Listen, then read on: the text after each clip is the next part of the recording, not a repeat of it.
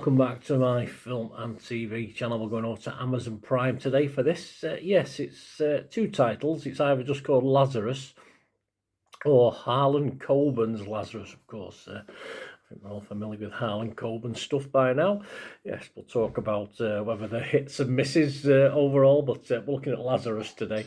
6 episodes by about 45 minutes, and it's classed as horror thriller television, this one. Yeah, it's a bit of a slight change to the usual Coben format with this one. It's created by Harlen Coben, of course, and a guy called Danny Brocklehurst. Yes, Aramid Tinubu from Variety said it was an enthralling mystery with numerous layers that will keep viewers guessing until the final scene fades to black. All good then? Well, not particularly, no. Anita Singer from The Telegraph wasn't as impressed. She said it's a dour drama with a touch of the supernatural, and getting through all 6 episodes is a slog. Yes, one of those two is perhaps nearer the mark, but I sort of agree partly with both of those, but we'll talk about it anyway. Please, guys, before we have a chat about it, hit them buttons, hit that like button, hit the subscribe button if you've not already done so, if you enjoy the content, of course. And yes, we do have something called a hype button on YouTube now, so if you can give me any hype points, spread the love. You can share these hype points out every month, I believe, to various channels. It helps the algorithms and helps the channel get out there into the ether, get onto various search engines, stuff like that. So any help you can give, guys, much appreciated. And there are other ways of helping the channel, but we'll talk about that later on. Let's get on with this little review. My opinion, a couple of other people's opinions as well, which I've already given you a couple there. We'll have a couple more as we're going through. This stars Bill Nighy as Dr. Lazarus, his pops, his dad, Alexandra Roach as Jenna Lazarus, his sister, Sam Claflin as Laz, the main guy, of course, in all this, David Finn as Seth McGovern, Carla Crome as Bella, Kate Ashfield as Detective Alison Brown. Yes, I quite liked Kate Ashfield, not seen her in too much. Well, I probably have and not really noticed. My apologies, Kate. I thought you were okay in this. We'll talk about a couple of the actors and characters in a minute.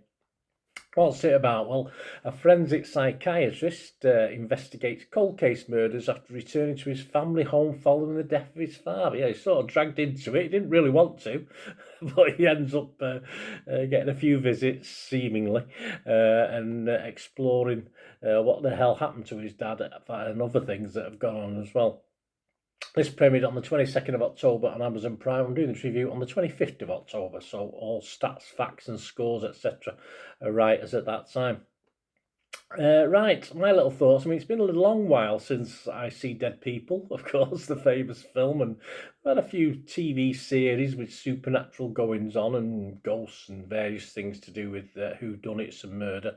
And this, of course, has the Dead People in spades with a likeable lead, who helps carry the series. Sam Claflin himself is a bit of a one-trick pony, I thought, emotion-wise. But it sort of mainly works because you feel that there's more to the main characters than we get in this anyway. I mean, some people say it was sort of a slog and drawn out, as already mentioned, but I think we could have learned a little bit more. And they say that it's all on the periphery sometimes of these characters. I think we could have gone a bit deeper in some of them. And of course, amongst the other actors and characters, yeah, there's not many weak links in this. It's quite positive.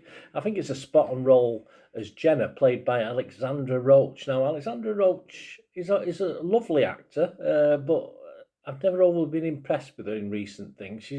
But I think this is spot on. I think this is a great role for her. I think it's absolutely. Some roles are super, built for certain actors, and I think this one works as far as Alexander Roach's character in this.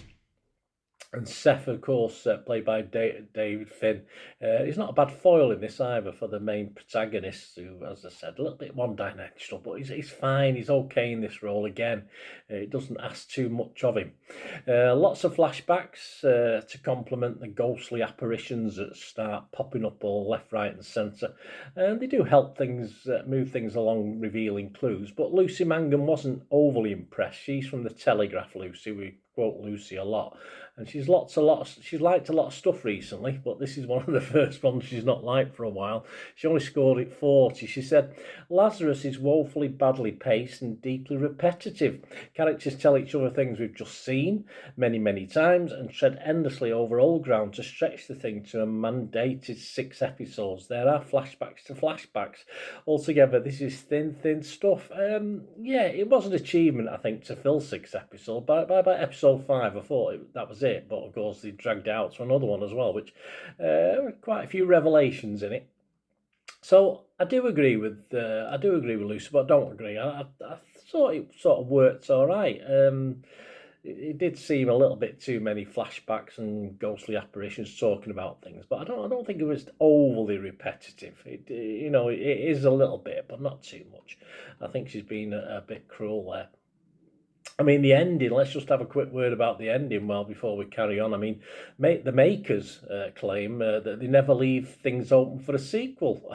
I'm not going to go back and watch every single Coben series. I wouldn't want to. But this really does leave it open for a second series, so that's total bullshit as far as the makers are concerned. But I did find the ending in the last episode both interesting, quite revealing, quite clever in a little bit of a way, as we get to know about the supernatural, not so supernatural goings on that we've watched for the previous 5.5 episodes. But the final scene really cries out for more. It does set it up for a second series. It's a bit of a cop-out, but I can understand it. I can make my own decisions, but the very final scene is just a shame that it ends like that, because you do want more, no matter what they say about it not setting up for sequels. Ben Dowell of the Times, he scored it 60. I think he's possibly more on my wavelength with this. 60 is an okay mark. He said, it's a mess, but like the famous Eton pudding, I don't know where Eton pudding's come into it, but I know what he's saying, hard to resist. Yeah, I have to agree. I did enjoy this, but I can't always say that about Coben offerings. And I think Coben's series as a whole rarely impress everyone, including me, as I said. But away from the end to this, which felt me a little bit flat, clever and flat, that was the thing. It was reasonably engaging throughout. I sort of, as I said, it might have pushed it a little bit too much with an episode or two too much, but yeah, with its supernatural, non-supernatural theme was quite interesting as well. I think a lot may have turned off by the end, though. So if you're not a big fan of it, but I'm fine with this. I thought it was okay. I don't think there's any big problems with this. It's one of Coben's best series for me that he's put his name to, if you like. Others, well, Rotten Tomatoes, not great. Only 20 critics, but 9 were fresh and 11 rotten. So let's even it up a little bit. I'll make it 10 fresh with my little rating. Metacritic, again, not great. 53 out of 100. That's 13 critics. 4 were positive, but 8 were mixed. And there was 1 negative. So let's make that 5 positive with me.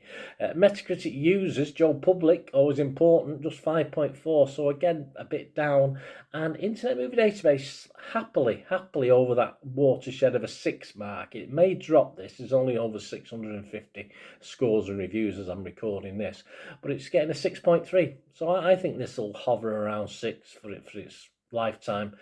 Say it will please some, not please others. If you're a big Coben, if you like the Coben series and stuff like that, then you might be okay with this. I thought it's one of the better efforts from the Coben stable, if you like. So I'm gonna give it a 6 as well. It's watchable. I can't go any more than that. But as I say, if you don't like the Coben series, then probably don't bother. It's like anything. Anything I always tell people, look, watch an episode if you like it, carry on watching. If you don't, put it in the bin, go on and watch something else. But this is a 6 out of 10 for me. It's certainly one of the most watchable ones I've seen, if they say, from that stable. There you go, guys. Hope you enjoyed that. Please, if you've hit those buttons or you want to get in contact with me about this or anything to do with film and TV, it's always great to chat film and TV. You can do in the comments or through my various socials. And of course, if you want to help this channel and do like what I try and do, there are other ways of helping the channel as well. All you have to do is keep watching and listening. Hi again, hope you enjoyed the feature, guys. Thanks for watching. Please, if you did enjoy the content, please give us a thumbs up, and if not already done so, press that subscribe button. If you've not already subscribed, that'd be wonderful. It's free to subscribe, absolutely free. Also, check out my social media links if you want to follow me on TikTok, Instagram, X, Facebook. They'll all be in the description below. And my special thanks to supporters of the channel, yes, Piat6505, who have an eBay shop selling film and TV memorabilia, including posters, books, magazines. There'll be a link again in the comments section.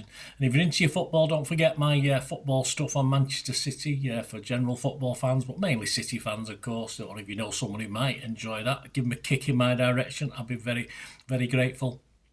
And as ever, guys, comments on this feature is wonderful. Anything to do with film and TV is always very, very welcome. It's great to talk film and TV. I thank you guys for your support. Stay safe, everyone.